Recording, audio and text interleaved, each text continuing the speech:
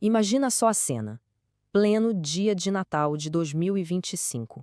Enquanto a maioria das pessoas comemorava, uma cirurgia que, em tese, seria de rotina para o ex-presidente Jair Bolsonaro, acabou se tornando um evento que mistura tudo: a saúde dele, a situação jurídica em que ele se encontra e, claro, o futuro político do Brasil.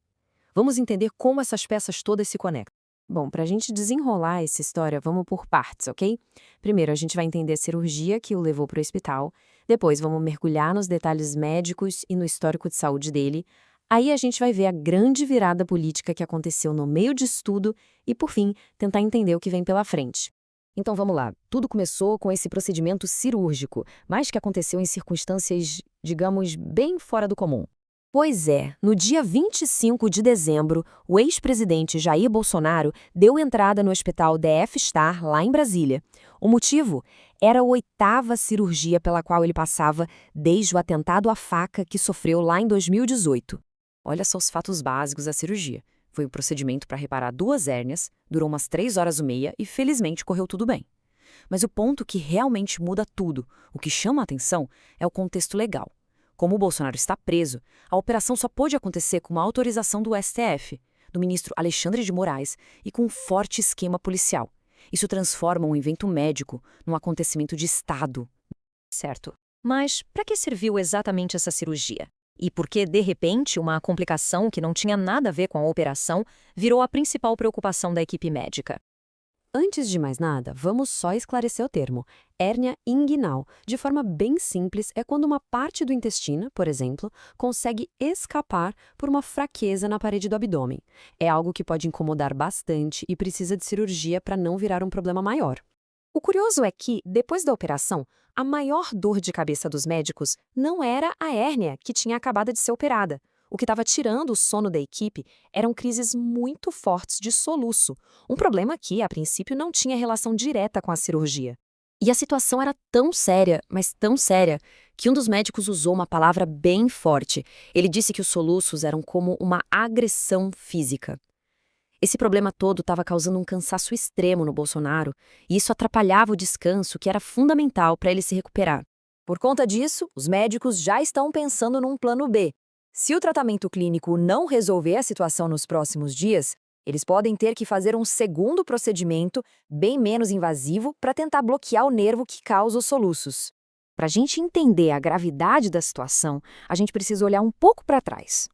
Essa cirurgia de hérnia não foi um evento isolado de forma alguma. Na verdade, é só o capítulo mais recente de uma longa saga médica. O número é esse: 8. Desde o atentado durante a campanha de 2018, Bolsonaro já passou por 8 procedimentos cirúrgicos no total. Essa linha do tempo mostra bem o padrão, né? Tudo começa lá em 2018, com a cirurgia de emergência logo depois da facada. Aí, em 2019, vem a retirada da bolsa de colostomia e a correção de outra hérnia.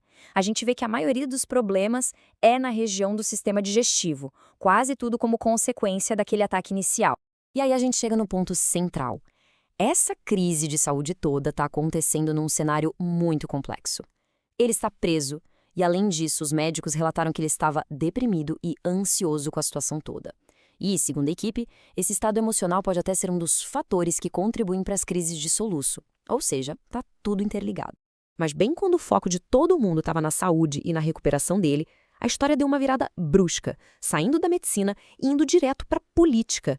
Um anúncio importante surgiu de dentro do hospital. Exatamente.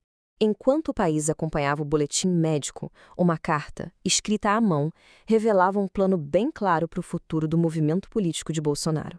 Acontece que antes de ser internado, Bolsonaro escreveu uma carta. E essa carta foi lida para a imprensa pelo filho dele, o senador Flávio Bolsonaro, ali mesmo, na porta do hospital. E aqui está a grande jogada política.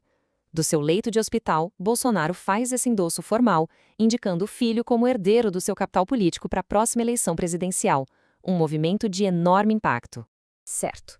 Com a cirurgia feita e o anúncio político na rua, quais são as dúvidas que ficam no ar a partir de agora? Bom, daqui para frente, a gente tem que ficar de olho em 3 fios dessa história se desenrolando ao mesmo tempo. Primeiro, a recuperação médica dele, que deve levar até 7 dias. Segundo, a decisão sobre a necessidade de uma nova cirurgia para os soluços. E terceiro, as consequências políticas desse plano de sucessão, que com certeza vai mexer com todo o tabuleiro da direita brasileira para 2026. No fim das contas, a grande pergunta que fica é: o que estamos testemunhando? É uma crise de saúde, a construção de um legado familiar ou uma estratégia política muito bem calculada? Provavelmente a resposta é uma mistura complexa de tudo isso. E essa mistura, que começou numa sala de cirurgia, pode acabar definindo o rumo do país.